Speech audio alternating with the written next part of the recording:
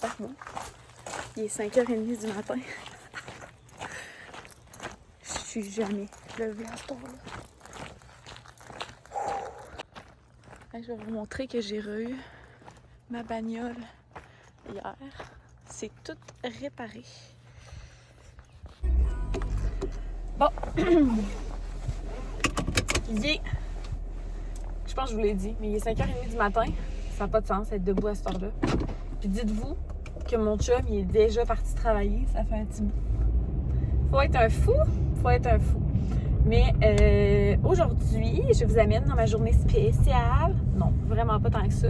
Je suis déjà levée parce que ce matin, avec mon travail, on a un shooting photo dans un spa au lac Beauport qui est à 6h30 le shooting. Puis ben moi, j'habite quand même loin de là. Donc voilà, je suis déjà partie. Je sais pas si je vais vous filmer les petits bouts là-bas, là, ça va dépendre, là, parce que ça va dépendre. Mais aussi, aujourd'hui, super exciting! J'allonge un peu ma pause de dîner aujourd'hui parce que je m'en vais signer les papiers pour ma nouvelle auto! Et oui, j'ai acheté une nouvelle auto. Je vous ai caché ça dans mon dernier vlog. J'ai déjà donné un dépôt dessus et tout. Donc, je devrais l'avoir dans quelques semaines. Ouais, en tout cas, c'est pas la grosse affaire. On s'entend, je me suis pas acheté une Mercedes. Là. Mais je suis bien contente. J'ai très, très hâte de la voir. Donc, je vais vous montrer ça en temps et lieu. Puis là, j'ai mal au cœur matin. Mais c'est parce que je suis pas habituée là, de me lever si tôt le matin. Là, surtout depuis que je suis en télétravail, là, je me lève. Ben, pas tard, mais tu sais, je suis en télétravail. Là, fait que... Ah, mon Dieu! Hey, je vois rien. No joke, je vois rien. Hey, Sainte-Barbe, j'ai vraiment eu peur pendant 2 secondes, je voyais rien, genre, tu sais, parce que mon pare-brise était comme un peu en humidité, genre, à cause du changement de température. Mais là, genre, je voyais rien. Quand j'ai dit quoi de la rue, c'était genre gros soleil, fait que c'est venu juste tout orange, mon pare-brise, fait que je capotais. Le line-up au Tim Hortons à 5h30, est-ce qu'on me niaise? Arc! C'est sûr, j'attends, hein. Moi, je m'en vais pas là, pas de café. Not a chance. Mais c'est ça, je voulais vous dire. Qu'après, je vais aller signer mon auto. Puis je suis vraiment un enfant. Fait que j'ai dit à mon père que je voulais qu'il vienne avec moi.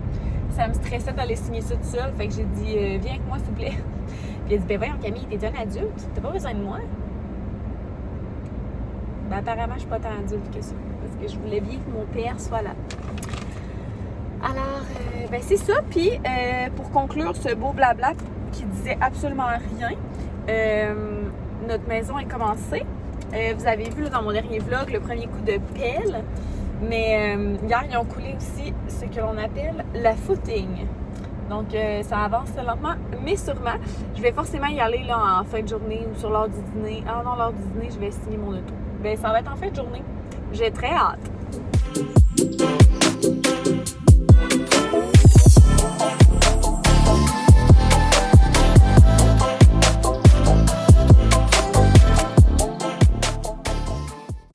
Fait que petite journée au spa improvisée, il fait frette. Il fait frette. Non, mais des fois, je me dis que j'ai vraiment le plus nice travail au monde. À part qu'on est dans un spa puis qu'il fait 11 degrés puis que j'ai bu un gros café glacé. Mais à part de ça, c'est vraiment beau. Hello! Il est rendu 9h pile. J'ai terminé le shooting avec j'allais dire mes amis, mais oui, mes amis, mais mes collègues aussi. Ça gosse, c'est quoi qui reflète le soleil? Bon. Fait que, vous me croirez pas, là, mais j'ai le chauffage dans le piton dans l'auto. J'avais tellement froid. Mine de rien, il fait comme 10 degrés dehors. Fait que c'est pas chaud. Puis clairement, je suis pas assez bien habillée. Genre, il faisait soleil un matin quand je me suis habillée. Fait que je me suis dit qu'il faisait beau. Là. Fait que... je suis déçue. J'ai pris un chai latte au café Siberia. Il goûte vraiment le lait, là. Non, pour vrai, ça goûte vraiment le vieux lait de vache. Ça m'écoeure vraiment. Je bois jamais de lait dans la vie. Puis j'ai pas pensé de demander avec du lait d'amande. En tout cas, il y a des affaires pires que ça. Fait que c'est ça. Je m'en viens rejoindre mon père. Puis on s'en va chez le concessionnaire, qui est d'ailleurs lui aussi très loin. Fait que je vais genre avoir passé la journée en auto, no joke. Puis sûrement qu'en fait ça de travailler ce soir, je vais aller chez ma mère, qui est elle aussi dans une autre ville. Donc ça va vraiment avoir été une journée de voyagement pour moi. Mais fait que c'est ça. Fait que là, je dis rien d'intéressant, fait qu'on va se laisser là-dessus. Hey, hein, full original, sérieux, on se retrouve dans mon char, full différent, tu sais, j'ai pas passé le vlog au complet dans mon char. En tout cas, qu'est-ce que tu veux? J'avais vraiment une journée chargée aujourd'hui. Là, il est 5h moins 10, je terminais à 4h30. Je suis en route vers chez ma mère. Je vous avais mis une question box sur Instagram la semaine dernière en vous disant que si vous aviez des questions, de me les poser, tu sais. Fait que, il y en a quelques-unes qui sont revenues vraiment souvent. Fait que c'est ceux-là que je vais prendre. Donc, ne vous inquiétez pas, je ne regarderai pas mon cellulaire. Je les ai notés sur une feuille. Donc, la première question, ça fait combien de temps que je suis avec Gabrielle? En fait, Gabrielle et moi, on s'est connus en 2016. En fait, on s'est parlé pendant vraiment longtemps avant de se... vraiment longtemps, quelques mois avant de se voir en vrai parce que, moi, j'étais genre, c'est un douchebag, fait que je veux rien savoir. Moi, je veux de quoi de sérieux. Puis en plus, lui, il m'avait dit qu'il voulait rien de sérieux. Fait que j'étais comme, no way que je vais perdre du temps avec toi puis que je vais aller te voir et tout. Puis finalement, pour faire une histoire courte, le gars que je voyais à l'époque, il m'avait choqué. Puis moi, j'ai un caractère de cochon, fait qu'il m'avait choqué. Fait que j'étais genre, ah ouais, tu m'as choqué, big, je vais aller voir quelqu'un d'autre. Fait que en tout cas, bref, j'avais texté Gab. Puis ce soir-là, il était dispo, fait qu'on s'est vu. Le lendemain, il est venu coucher chez nous et il n'est jamais reparti. Ça va faire 5 ans en décembre cette année. Donc, ça fait comme 4 ans et demi. Prochaine question. J'ai quel âge? J'ai 26 ans. Mon Dieu. J'ai 26 ans. Donc, voilà, il n'y a rien d'autre à dire là-dessus. La question qui est revenue le plus souvent, et je pense que c'est comme ça pour bien des gens, c'est tellement... Genre, tu sais, c'était voulez-vous des enfants ou dans combien de temps vous voulez des enfants? Essayez-vous d'avoir des enfants? Toutes les déclinaisons de cette question-là, je trouve que c'est tellement touché de demander ça à quelqu'un. Puis je suis full contente que vous me l'ayez demandé parce que moi, je suis vraiment à l'aise avec ce sujet-là. Mais je sais que, tu sais, c'est touché. Il y en a qui essaient d'avoir des enfants, sont pas capables, qui en veulent tout simplement pas, puis qui se sentent jugés dans ça. Dans notre cas, on en veut. On en veut 2. Peut-être 3, je sais pas, mais on a longtemps parlé de 2. En fait, on n'arrête pas de niaiser, moi et mon chum, qu'on va avoir des jumelles. Aurons-nous vraiment des jumelles? I don't know. Mais on n'arrête pas de niaiser avec ça, on aimerait vraiment avoir 2 enfants. Puis pour le camp, pas tout de suite, mais dans pas trop long. Tu sais, j'aimerais ça avoir mes enfants... J'aimerais ça avoir mes enfants avant 30 ans. J'ai 26, fait que, en tout cas, on verra, mais tu sais, dans ma bucket list, genre de vie, je me disais avant 30 ans, mais bon, je me disais aussi des affaires qui ne sont pas arrivées. Donc, on verra. Je suis pas pressée, puis mon chum, il est un petit peu plus jeune que moi. Gabriel a 24 ans, donc il est 2 ans plus jeune que moi, fait que, tu sais, presque, tu sais, c'est quand même assez jeune.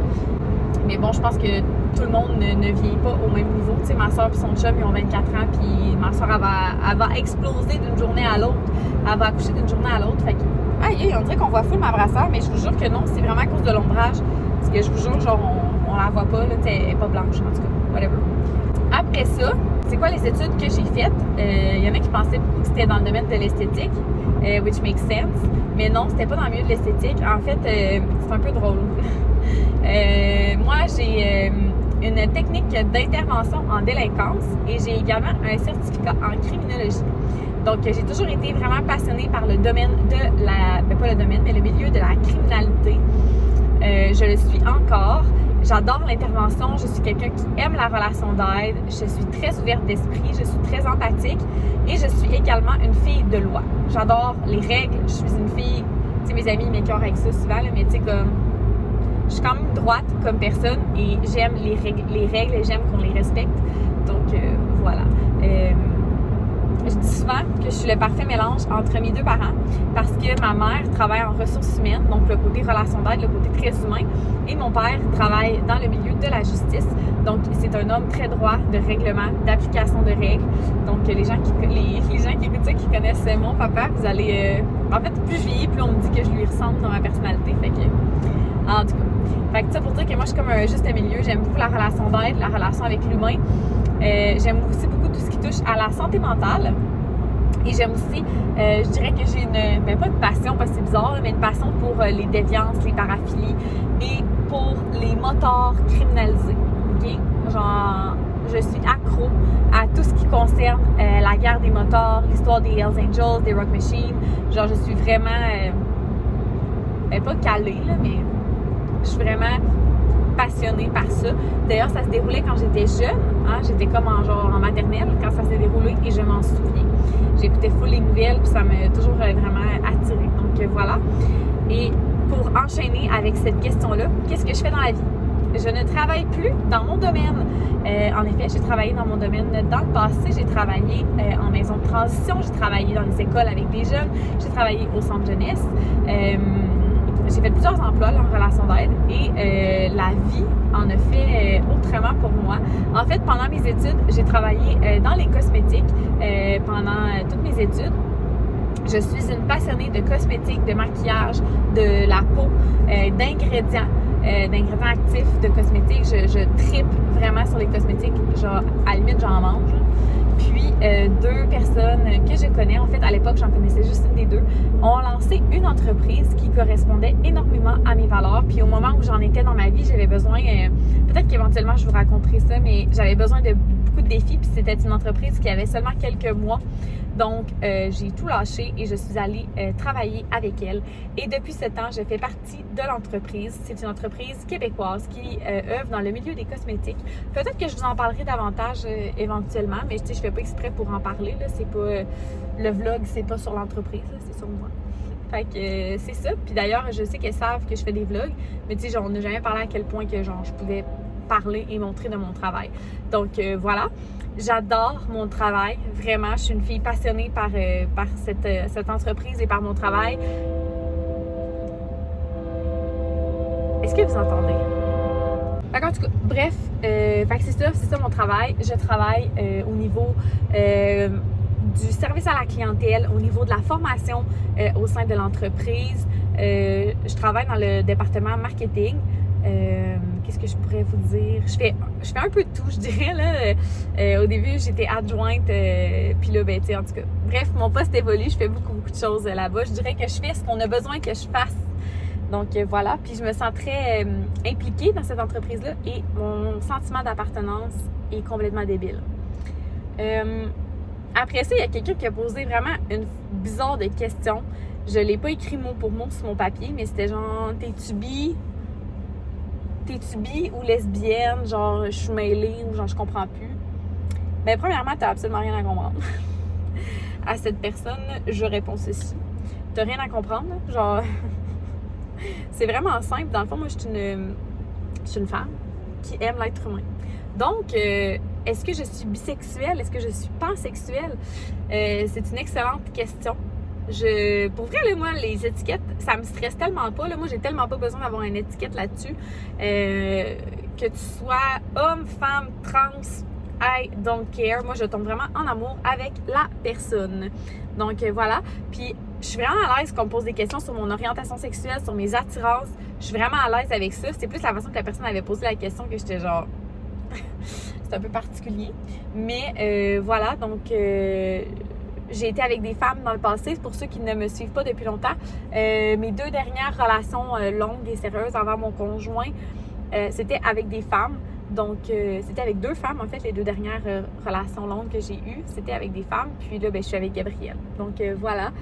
Si vous avez plus de questions à ce sujet-là, ça va me faire plaisir d'y répondre. Pour vrai, ça me stresse vraiment pas. C'était plus la personne qui était comme « je comprends pas ». Il n'y a rien à comprendre. Mon repas préféré, ça, c'est une bonne question. Ben moi, si vous ne saviez pas, je ne mange pas de viande, mais je mange du poisson. Ce qui fait de moi une pesco-végétarienne. C'est bien fancy, ça va faire 3 ans cette année. Donc, mon repas préféré, ça implique du poisson. Puis en plus du poisson, pourtant, je n'en mange pas tant que ça. Je dirais que j'en mange peut-être 2 fois par semaine, max. Fait que le reste du temps, je mange des substituts. Puis mon chum n'est pas végé. Ça, c'était une question qui était revenue. Mon chum n'est pas végé. Il mange de la viande. Donc, mon repas préféré, ça serait du tartare et des sushis, mais le tartare encore plus, je pense. Tartare de saumon, tartare de thon. J'adore vraiment, je tripe vraiment sur le tartare. L'affaire qui me gosse le plus, c'est tellement facile, là, genre, je suis certaine que les gens qui me connaissent ont déjà répondu dans leur tête à cette question-là. Les bruits de bouche. Les bruits de bouche, les bruits de nourriture, le bruit de quelqu'un qui avale, genre de l'eau qui fait... Ça m'écoeure. Quelqu'un qui sape, quelqu'un qui mange trop fort, même s'il a la bouche fermée, ça me tombe ses nerfs. Vraiment, les bruits de bouche, là, c'est... Pour vrai, limite, je suis gossante avec ça, là. Je suis vraiment gossante. Mon chum, ça le gosse parce que je suis tout le temps, genre, en train de le regarder. Genre, tu manges donc même bruyamment, puis tu sais, il est juste en train de manger sa bouffe. En tout cas, c'est quelque chose qui me gosse vraiment. Genre, au cinéma, des fois, je peux, genre, avoir de la misère à écouter le film. Si quelqu'un mange son popcorn, la bouche ouverte autour, j'ai bien de la misère avec ça. Donc, c'est ce qui conclut. Oh non, c'est vrai! Hey, avant que j'oublie, j'allais conclure comme ça, mais non. Faut pas que j'oublie, il y a une fille qui a posé une question derrière. Il y a une fille qui a posé une question dessous mon dernier vlog que je trouvais vraiment pertinente de répondre, puis surtout que c'était plus facile de répondre en vidéo qu'en commentaire sous la vidéo. Je pense qu'elle s'appelait Amélie. Non. Ah, je sais plus.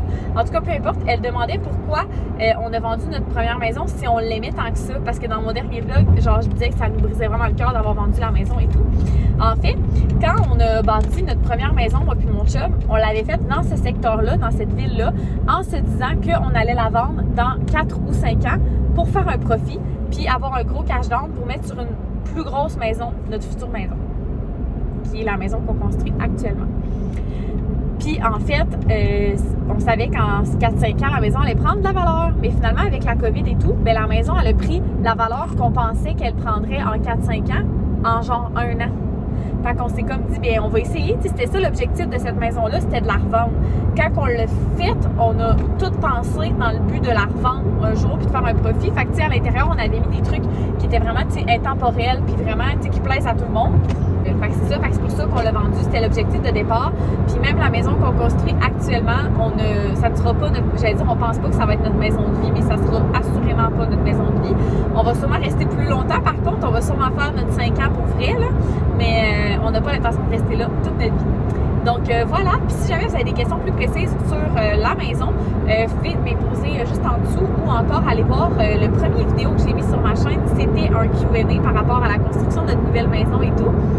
Puis si vous avez d'autres questions, ben n'hésitez pas à les laisser en dessous, je vais toutes les noter, puis quand j'en aurai quelques-unes, ben je ferai un Q&A. Donc voilà, c'est ce qui va conclure le vlog d'aujourd'hui, qui était vraiment un vlog de moi en char, hein? Finalement, c'était clairement ça.